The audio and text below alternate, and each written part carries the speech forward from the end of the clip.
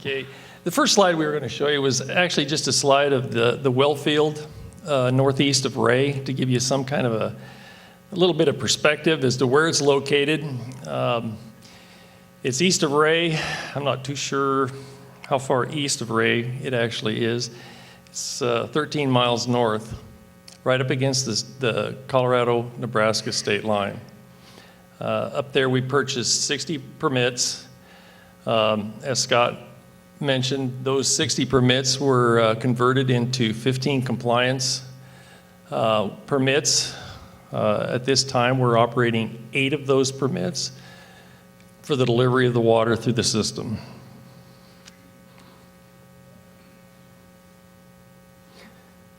This is the well houses where the wells are actually located. Around each well, and there's just 8 of these, like I said earlier. That's a precast concrete building that sits around them that were brought in on flatbeds and set up with a crane. The environment out there can be extremely harsh with the sandy textured soils, and the board decided that this precast system was advantageous as compared to a metal building. It has 3 access doors, one on the top, the big double bifolds on the front, and an access door on the side.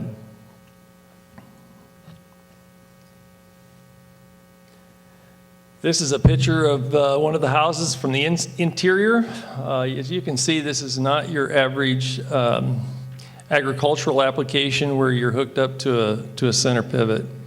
The plumbing in these houses is massive. The piping is considerably thicker. Flanges are enormous, all bolted together. What I want to point out here is these wells are also subject to the meter requirements that all the agricultural wells are subject to. Inside these well houses, the electronics alone is mind-boggling because it's not only a panel for the well startup, but it's also the communication system for each well to communicate to the computer to make the entire system work.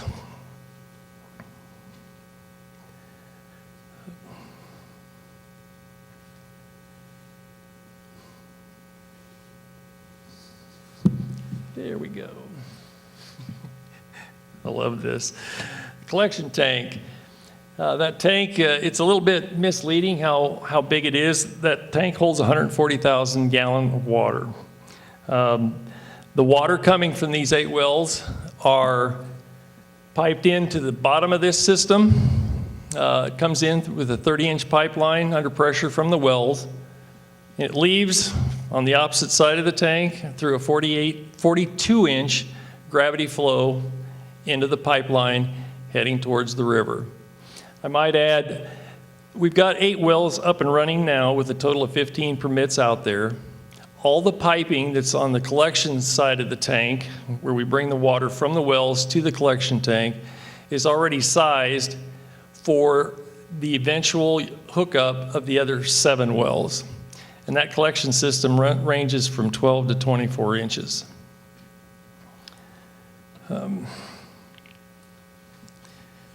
One of the key parts of this tank is there's a sensor inside which monitors the level of the water by it's a pressure sensor. It's all part of the system that I'll explain a little bit in detail as we get down to the outfall structure.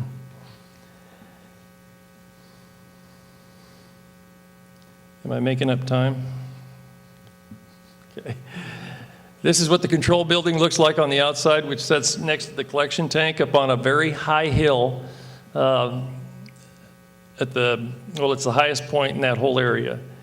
As you can see, there's a radio tower. There's a system of, I think there's 3 towers on this system, so that the north end, where this is located, can actually kind of, the way computers work, talk to one another clear down at the outfall structure 13 miles away. It looks pretty simple, but there's a lot of activity in that building as far as the SCADA system, the computerized system that's all tied into to make this thing function the way it was designed to. This was designed by a firm by the name of GEI Consultants. They worked with the district in the design. Garney Construction actually built this project for us. This PTAC committee that I chair was made up of, I believe, 8 members of the RWCD board, and we met on a very regular basis during the design and construction phase of this to give input for both the design and the construction to these firms that were doing the work for us. They valued the input from a group of farmers, which we thought was kind of amazing. Okay. This system can actually be monitored at the office in Ray. I mean, it's got that capability. There's quite a bit of capability to this system. For instance, we can get real-time data, but that is not available to the average person because the way the system is set up right now, if you have access to that real-time data, you can also start shutting wells off, and we prefer the public didn't have access to that yet. So, okay, this is just a quick picture of the outfall structure. What I wanted to point out here was just the fact that it's at ground level. The vault's underground where the water comes in, and if you're not looking when you're heading down Highway 34 to the east of Laird, if you don't know where to look, you don't even know this thing is out there. Inside, the water is coming in through the north side of this vault in a 30-inch pipe. The north end, I want to point out right there in both of these pictures is the flow meter. It's an insertion flow meter that goes through there, and it monitors every second how much water is actually passing by that meter. The water comes through, is measured, and right there is the heart and soul of the entire system. That is the control valve. I don't have a real good picture of it, but in short, the control valve controls the entire system.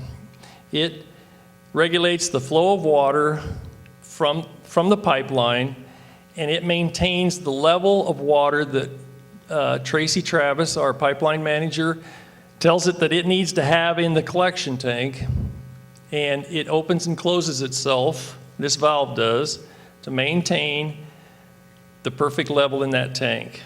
And it takes it a little while to get everything set because we're 13 miles away from the tank with this valve. So everything moves rather slowly, but it's just amazing how accurate it is proved to be. In Tracy's own words, he says, Tracy used to work for the city of Stratton in the municipal water portion. He says, compared to what he's used to working with, this is a extremely high quality, state-of-the-art system. Basically, when he gets it set, he turns it on automatic, just like we do our irrigation systems, and he can walk away from it. He can monitor it from his cell phone. We can monitor it in the office. It's a pretty sweet system. For that kind of money, though, it should be.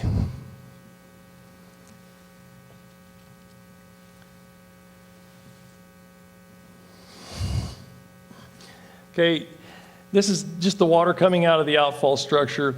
I don't know that you can see this very clear, but right in behind that cage, you can see there's a cement wall.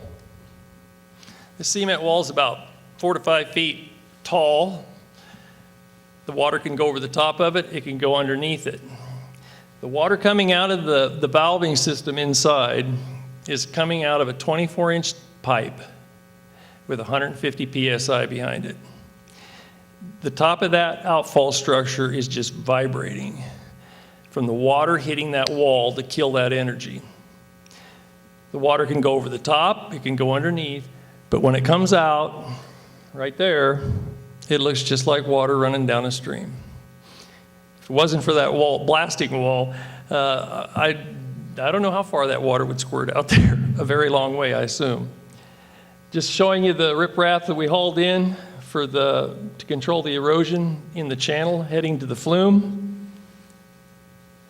And there's the flume. The water all has to pass through that.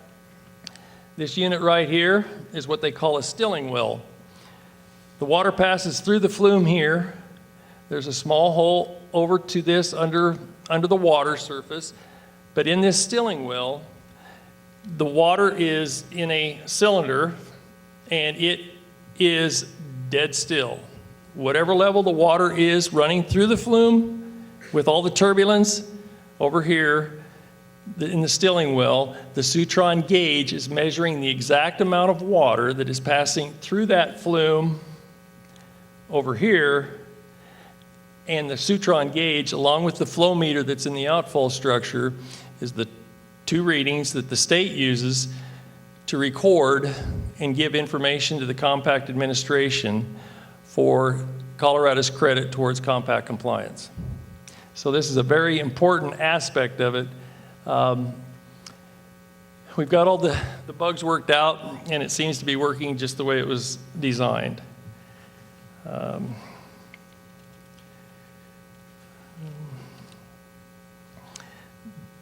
This is measured at this location, and the water only has to travel roughly another quarter of a mile downstream, and that's where it crosses the state line gauge, where we receive 100% credit for that water.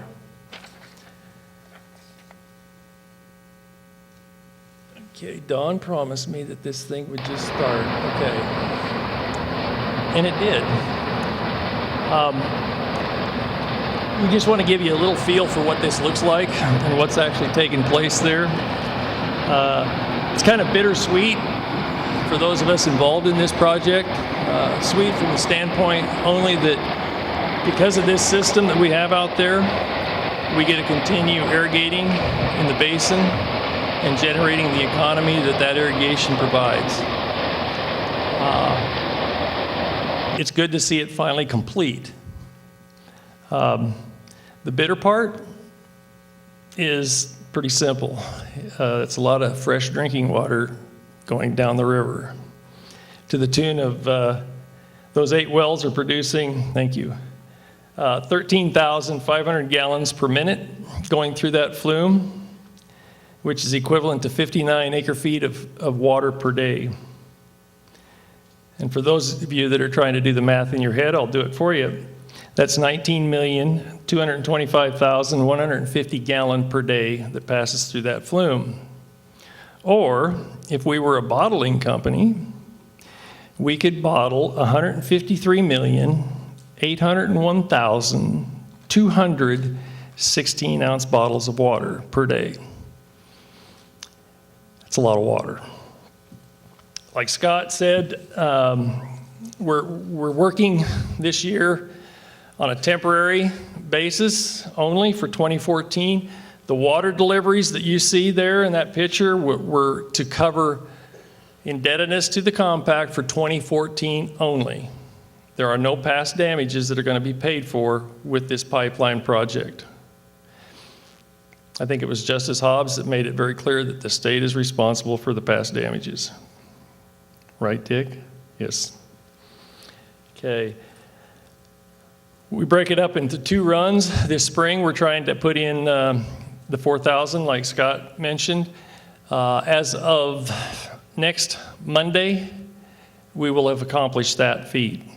Starting the 17th of January, by the 24th of March, we will already have had the 4,000 acre-feet through the system.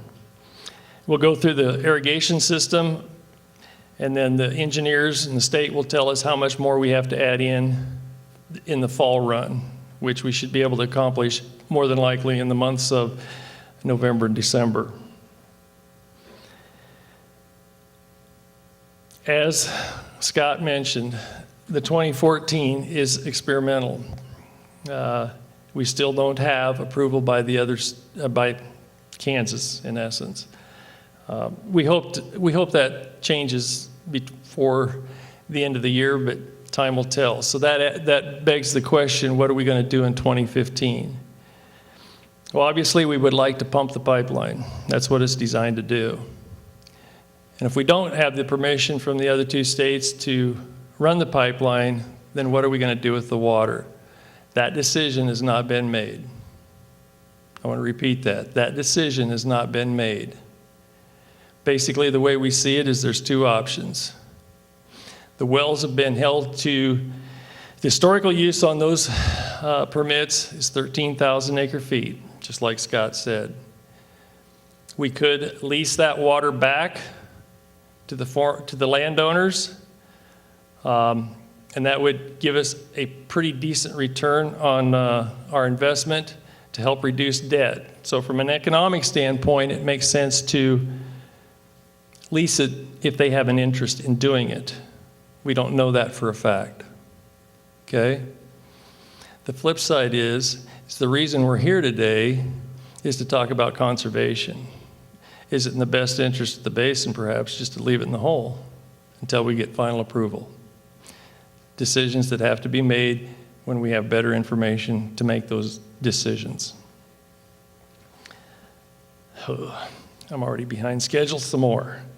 There is one final slide, and there it is.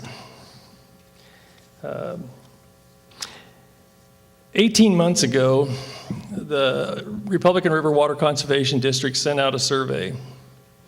And part of that survey was to get feedback from the people in the basin on a lot of different ideas, but one of those ideas was question: should conservation play a more important role in the Republican River Basin? And that was a resounding yes, okay? It's taken us 18 months to react to that, and we apologize for the timing, but things like this take time to put all the pieces together to make something like this happen. We come here today with no predetermined ways to solve the issue in front of us in terms of the conservation, or what that should look like. We've been asked by a lot of people, well, just give us a number. What are you going to cut us back to? That's not the RWCD's job. We have no enforcement capability whatsoever, nor do we want any. We're just here to get feedback from the public concerning the desire for conservation. While we were in the pipeline construction mode, one of the things that we heard over and over again was from producers was, we're glad that the pipeline is going to become a reality, because then it's business as usual and we can pump it till it's dry. Now, we don't necessarily have an opinion, yes or no, on whether that's the right way to go, but it begs a question of society as a whole out here in the basin. Do we really want it to go business as usual? Or should conservation play some part of a role in the balance of the aquifer that we have left?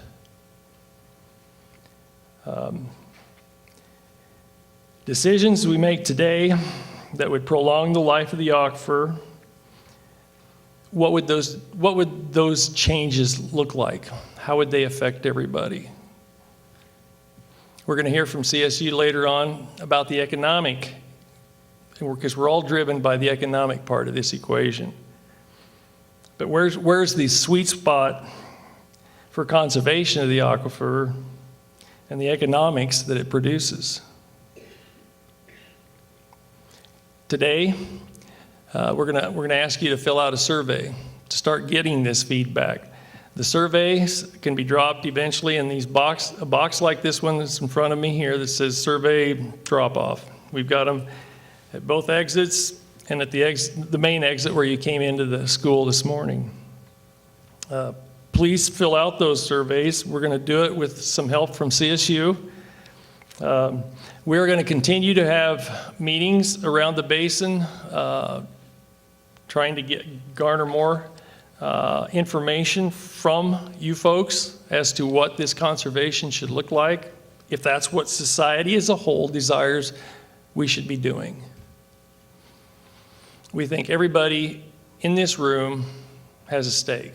If you've got a permit for domestic, livestock, high capacity, what have you, we all have straws in this aquifer. Everybody has a seat at the table.